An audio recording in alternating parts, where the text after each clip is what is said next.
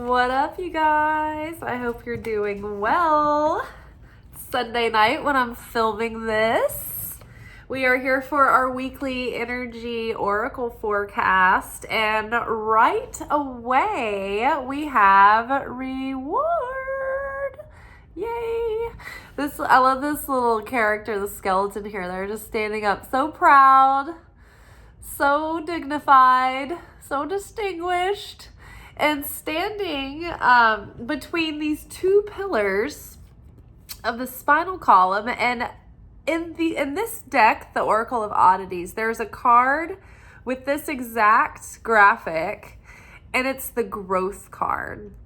And so I feel that we have grown on the inside, and we have like the left-hand side, which with that, I don't know if it looks like the right-hand side for you if it's flipped, but we've grown intrinsically, represented by the left here, and we have made outer efforts to grow extrinsically in the way that we embody these internal changes that's changing the way that we behave, the choices that we make, our habits and our routines. So things are getting better and we're being rewarded for our efforts. Things are starting to shift and to improve.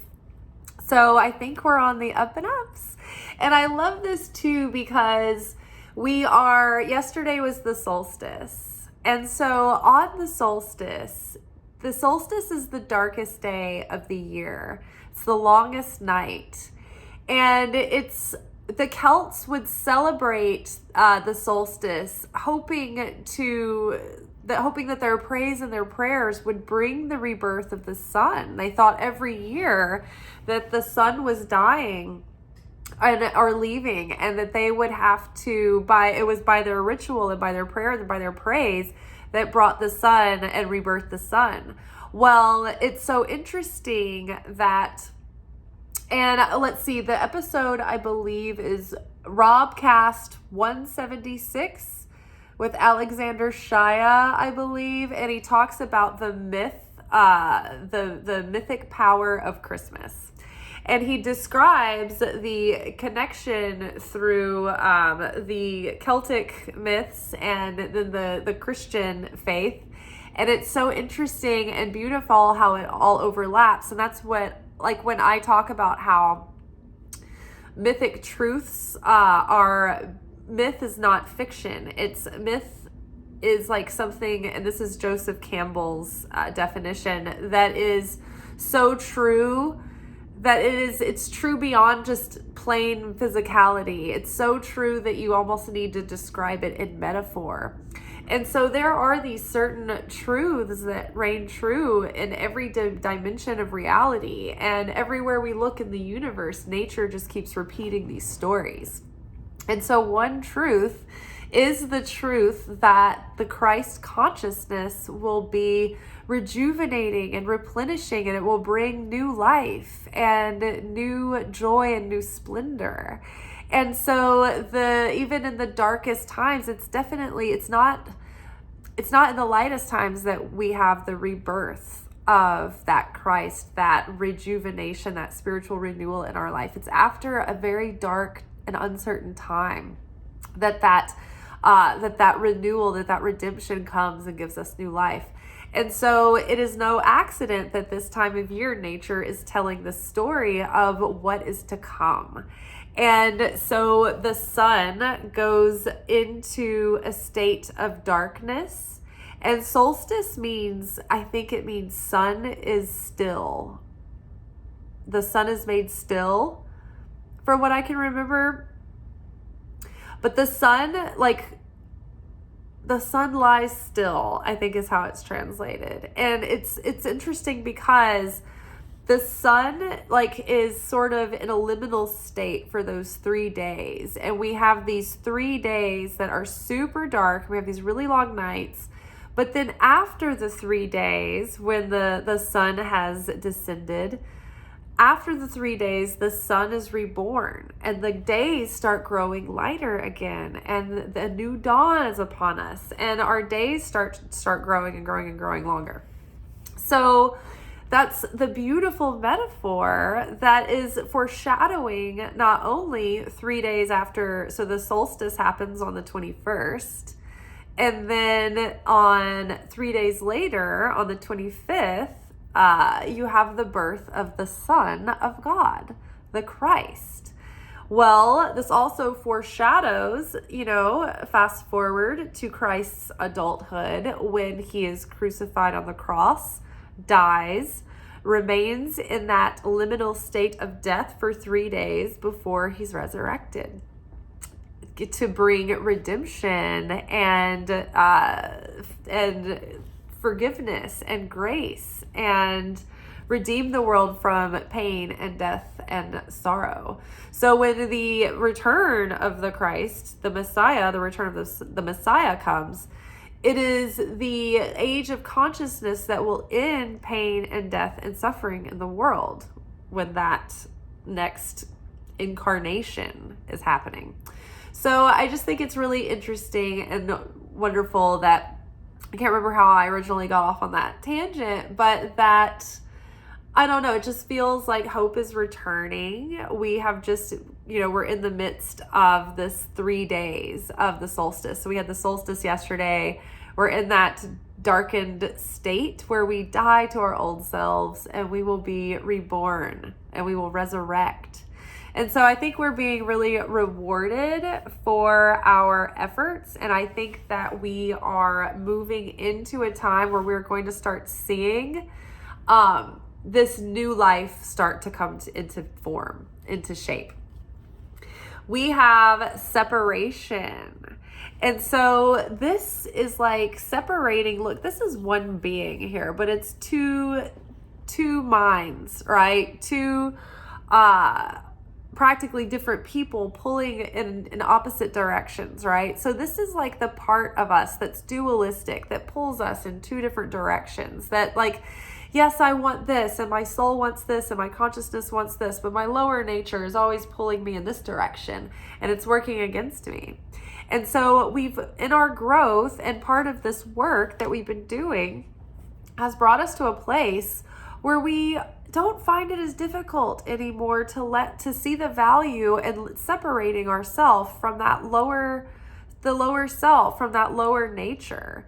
We are definitely cutting cords and clearing ourselves from the old timeline, from the old stories, from the old labels that we placed on ourselves, the old narratives, the old identities, the old relationship dynamics and paradigms. It's like all of that stuff can be reset.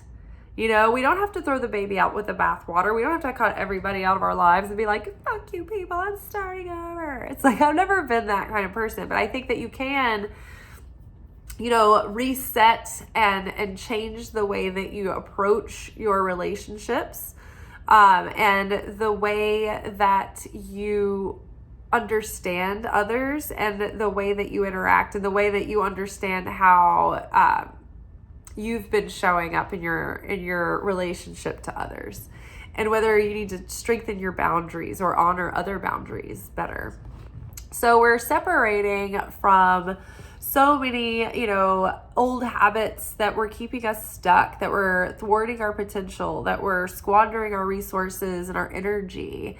And there's just like, we're just shifting, and we're really excited about different things now. And so we're really looking forward to inviting in these new chapters and really just shifting our energy and our resources away from what no longer really serves a purpose in our life anymore. We're putting our energy into, the next phase, the next timeline where the soul is like wanting to sort of bloom into, It's like there's this next level of our soul that's coming down, and it's helping us be more like that perfected, completely whole version of self that we are and that we have. But we're just like, it's like we have this like amnesia where we can't fully tap into that consciousness as our natural state. It's like we have glimpses of it, and it's not separate from us, right? But it's just, we snap back and forth, right? Between that higher self that's pulling us in that direction that we know is going to help us like reveal more of our joy and our purpose. And it's going to help us like tap into that potential, right? So it's just like, it's getting easier to identify when that old self that wants instant gratification, that wants to receive for the self alone, that, you know, is going against your mind, body, spirit alignment for all the things that you value, the things that, you know, you're working towards at the moment. So we're kind of seeing now that it's like, if it's not supporting the things that are most that I value the most in my life, then it's like you start questioning like where is its place, you know? Toxic, yes. So we're cutting out the toxicity in our environment. And just also, I forgot to mention that when we cultivate unity within ourselves and within our surroundings and within our community, we enhance our light and our blessings. But when we like cause separation and division, it actually cuts us off from our blessings. And we lose affinity with the light of the Creator, and it closes up our vessel. So that separation is toxic. So watch, like this time of year, we're like overindulging, we're celebrating everything, but we're also thinking about, you know, we can't help ourselves but get into the zeitgeist of January, thinking about New Year's resolutions. It's such a good, like, official reset. You know, dry January is always a good thing. I might do a dry January this year, although I don't drink that much, but just going out a few times this month for like celebration for holidays, I'm just like, whoa. So it's, I just like, oh, I don't know. I like a clean diet and I like a good moderation. But I do like to have like a nice healthy routine. But just cutting out things that you can tell make you feel like crap, that make you like unable to show up as your higher self, right? Like, it's like you can start with basics and it makes such a difference. Like getting good rest. You wake up rested, you feel better.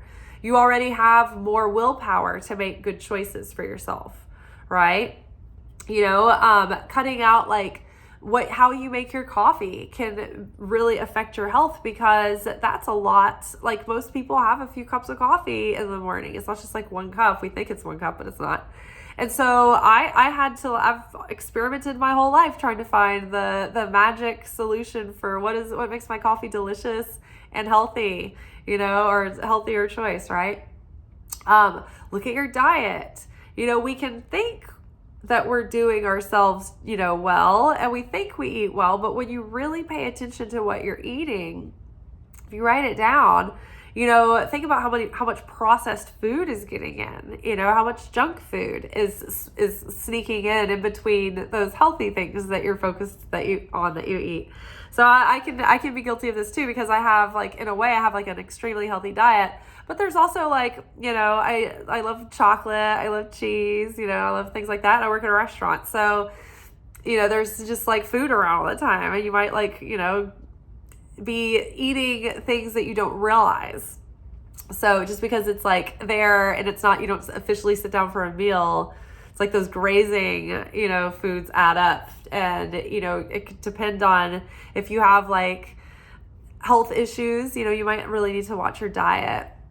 You know, drinking too much, being excessive in any area, we need to cut that out, because not only is that draining to our health, straining to our energy, straining to our focus and our willpower, straining to our resources and our finances, and it works more against us. And then we don't have the zest and the excitement to do the things that really matter and that actually fill us back up, you know?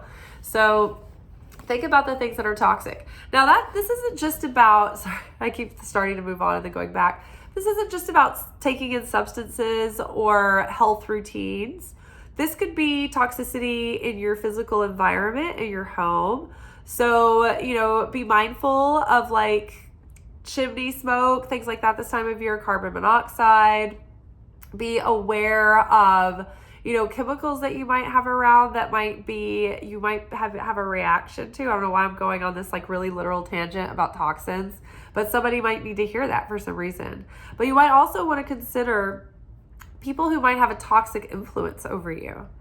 And if you have like people around you that are like, maybe they're even fine, maybe it's not like negative, dark, toxic, but maybe it's just a little bit too indulgent more often than you need for what you are trying to achieve. So just be careful about toxic influences, toxic, noxious substances and foods and habits. And then also be aware of the kind of toxic people around that. There's a couple of kinds of toxic, right? There's toxic that keeps you complacent and comfortable. And then there's toxic that is like putting you down and tearing you down and breaking you down. And so, or that just doesn't believe in you, or that undermines your vision and your goals and your hopes. So be mindful of that. But anytime we're looking out at the world for things, we also need to be making sure that we're looking inward, right? And be willing to see your own toxic, tendencies and your own toxic traits as well, and your own toxic behaviors. We all have them. None of us are perfect, no matter how hard we try. It's the harder, if we're like trying that hard, that becomes toxic, and we become toxic in that way. So, just be mindful. But I think overall, we're really happy to separate ourselves from the toxic parts of our life, because I think we're really feeling great about the progress that we're making and the trajectory that we're on. And I think it's just making us feel really excited and hopeful about the things that are coming. Ooh, this is really helping us establish more security. I love this. I think we might have had this last week, but this makes me feel like there's already new life starting even before we're birthing forth this new cycle. Signs of life are already showing. Signs of the coming of abundance and fulfillment and peace. But I'm really feeling excited. I feel like there's a shift that's happening, and it's like I can feel it day by day taking root, and I can feel myself so different from the person I was a year ago. It's crazy to think about it. And so I think that the more we kind of acknowledge that transformation, it's like the more it sort of like solidifies within us, and it gives us kind of the momentum to go even further in and reach further and kind of have a last minute growth spurt or something. But I do feel things are coming. If we don't have little holiday and Christmas miracles, maybe there's going to be something around the new year. But I think that in this year, 2025, we're going to see a lot of growth. And it's going to be a big year for planting new. It's going to be the big year for planting seeds and everything and getting things off to a great start. So I love it. I'm excited, and I feel really good for us all. All right, you guys, I'm going to eat my turkey and lentil stew. It's been super delicious. It was better than it was the first night last night, so I'm sure tonight it'll be even better. All right, well, I will catch y'all tomorrow for our weekly anchor message, where we will be getting our spiritual lessons and assignments for the week. And until then, peace be with you. Ciao. Thank you for watching. If you enjoyed this video and you got something out of it, then please give it a like. Subscribe to the channel. Turn on notifications to be notified of when I drop content. Like the videos, comment, share them. Anything that you do helps these messages get out to other people who need them. So you watching a video and taking an action on it actually makes a positive difference in someone else's life.